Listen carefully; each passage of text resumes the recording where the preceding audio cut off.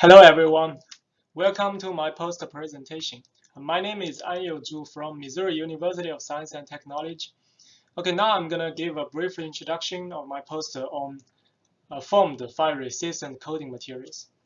As you all know, wildfires in the US have caused severe damage and property losses over past decades. The fire resistance of structures and buildings are critical and in great need. But conventional coatings have some limitations. That's why we need to develop innovative materials. The objective for this study is to develop formed surface-bonded fire-resistant coating materials. Then we need to explore the feasibility of using three materials, including formed high-performance cement mortar, HPCM, formed geopolymer mortar, GPM, and formed magnesium phosphate cement mortar, MPCM. These materials should meet three primary features, including good workability, enough adhesion, and excellent fire resistance.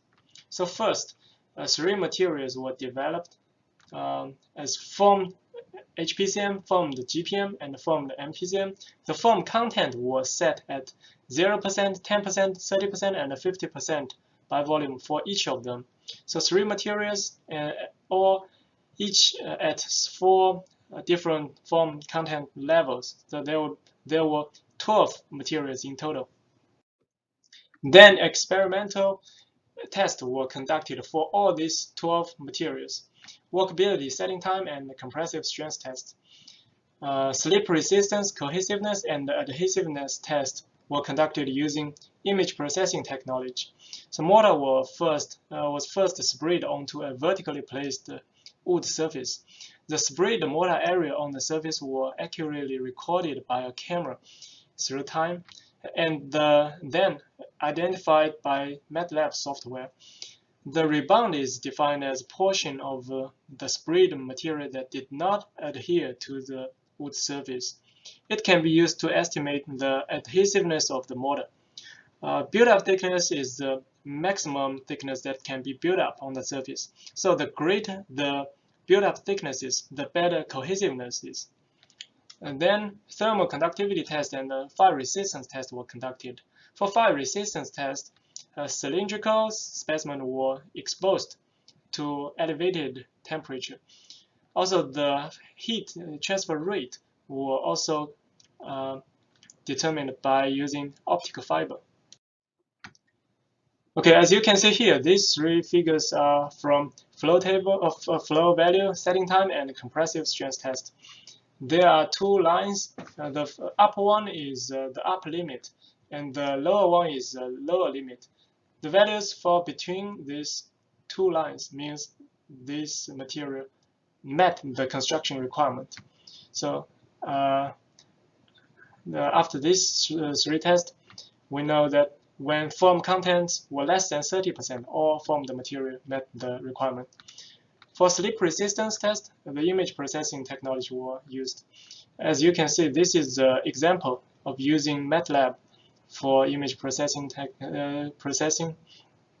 The area at different time were calculated by using MATLAB.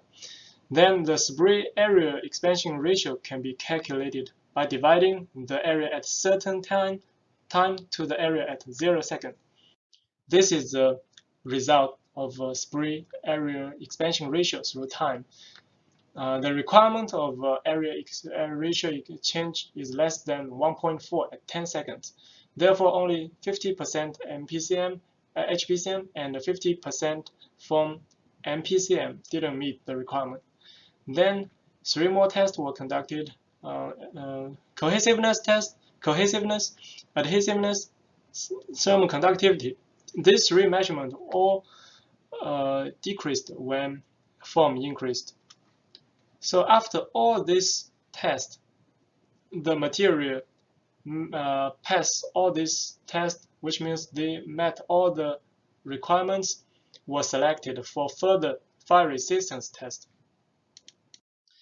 Okay, as you can see here, these 6 materials were selected because they met all the requirements from previous tests.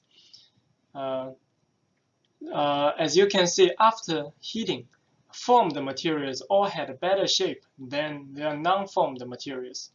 Also, for different materials, a 0% foam MPCM had no cracks. It has the best integrity. A 0% foam GPM had a few cracks, and 0% foam HPCM had more cracks. The figure on the right-hand side showed the maximum temperature that each material can withstand. Okay, the most important conclusions from this test were that foamed materials all had better fire resistance than non-foamed materials. Also, 30% foam MPCM was selected as the best fire-resistant coating material, as it can make the highest amount of foam, which saves material, and had the best fire resistance at the same time. Okay, thank you for the opportunity to present my research here. Please let me know if you have any questions.